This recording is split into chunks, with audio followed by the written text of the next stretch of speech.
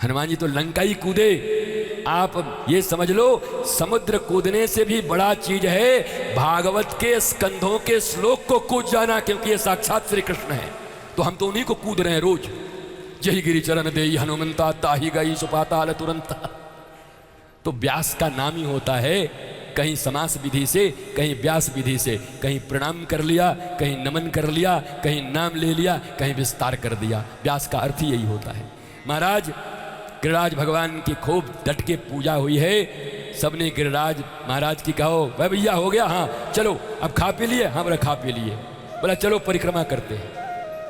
नागपुर वाले कह रहे हैं गुरु जी ये तो बहुत गलत हुआ। क्यों?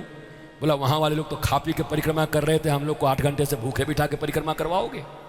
तो वहाँ वाले सही में 22 किलोमीटर का परिक्रमा करेंगे, तुम अपने सीट पे बैठे बैठे करोगे, यही अंतर है। तुम तो जहाँ बैठे वहीं से परिक्रमा हो जाएगी महाराज।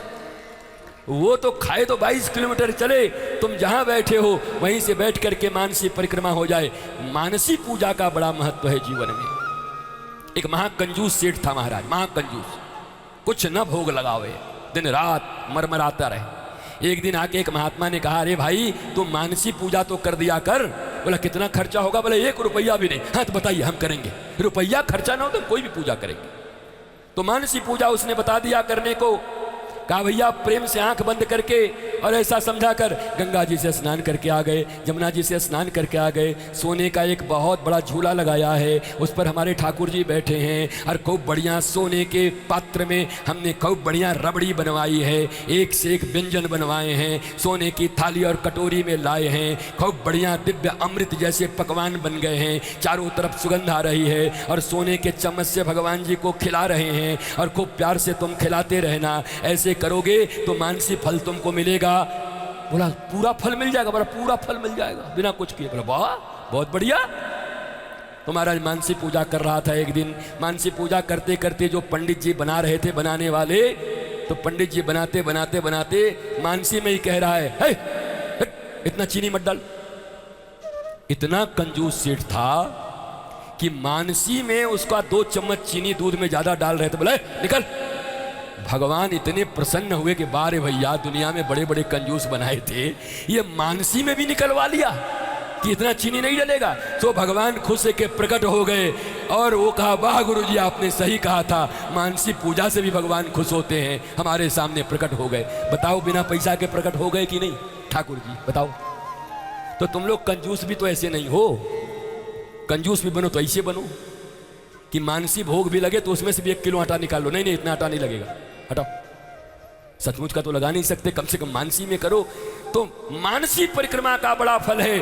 आइए गिरिराज भगवान का आज दिव्य से दिव्यतम मानसी परिक्रमा हम सब करते हैं। सब अपने अपने स्थान पर बैठे रहें, गिरिराज भगवान का दर्शन करते रहें, मन में उमंग रखें। अपने अपने हाथों में समझे घर से पकवान बना करके लाए हैं सब मानसी।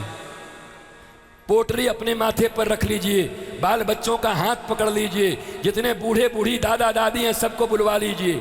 मानसी जो नहीं आए हैं उनको भी मानसी बुलवा लो कि सब मेरे साथ हैं। जिनको जिनको प्रेम करते हो उनको भी बुलवा लो, जिनसे शत्रुता हो उनको बिल्कुल मत बुलाना। वो आए भी तो रास्ता रोक देना उनको। यही तो करोगे और क्या करोगे? सबको बुलाओ मानसी रूप से।